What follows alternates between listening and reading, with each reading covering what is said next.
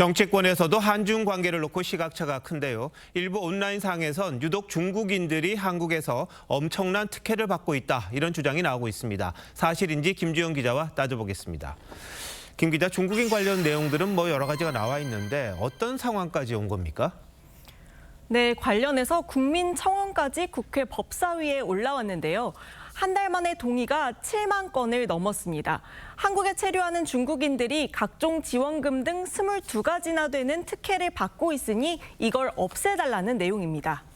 근데 국민청원에서 이야기하는 게 다 사실입니까? 네, 혜택이라고 주장한 22가지를 하나하나 따져봤더니 중국뿐만 아니라 다른 외국인들에게도 해당하는 제도를 마치 중국인에게만 주는 특혜처럼 왜곡해놓은 게 많았습니다. 정착지원금이나 지방선거권, 예방접종 등은 한국에 정착한 외국인이 특정 조건을 갖추면 국적과 상관없이 모두에게 주는 권한이고요.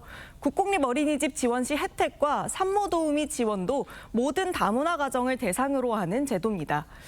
육아보육 지원금이나 운전면허 같은 자격증 취득 교육과 학습지 지원도 일부 지자체에서 전체 다문화 가정을 대상으로 소득 기준을 따져서 시행하는 사업입니다.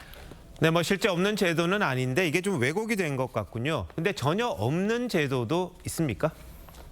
네, 공공임대주택 배정에 우선순위를 준다거나 휴대폰 통신비, 출산 비용을 전액 지급하는 거나 장학금은 아예 없는 제도고요. 중국인에게 이자를 감면해준다거나 부동산 규제를 면제해준다는 것도 사실이 아닙니다. 청원의 특혜라고 올라온 22가지는 지난 2021년에 유튜브상에 돌았던 음모론과 똑같은 내용이었는데요. 최근에 퍼지면서 이걸 그대로 다시 인용한 걸로 보입니다. 그럼 왜 유독 중국인에 대해서만 이렇게 허위 정보가 퍼지는 겁니까? 네, 우선 한국에 체류하는 외국인 중 중국인이 36%로 가장 많습니다. 외국인이 영주권을 가지고 3년이 지나면 지방선거 선거권이 생기고요. 이들이 자연스럽게 일자리를 찾고 복지 시스템을 이용하게 되면서 반감이 커지고 있다는 게 전문가들의 해석입니다.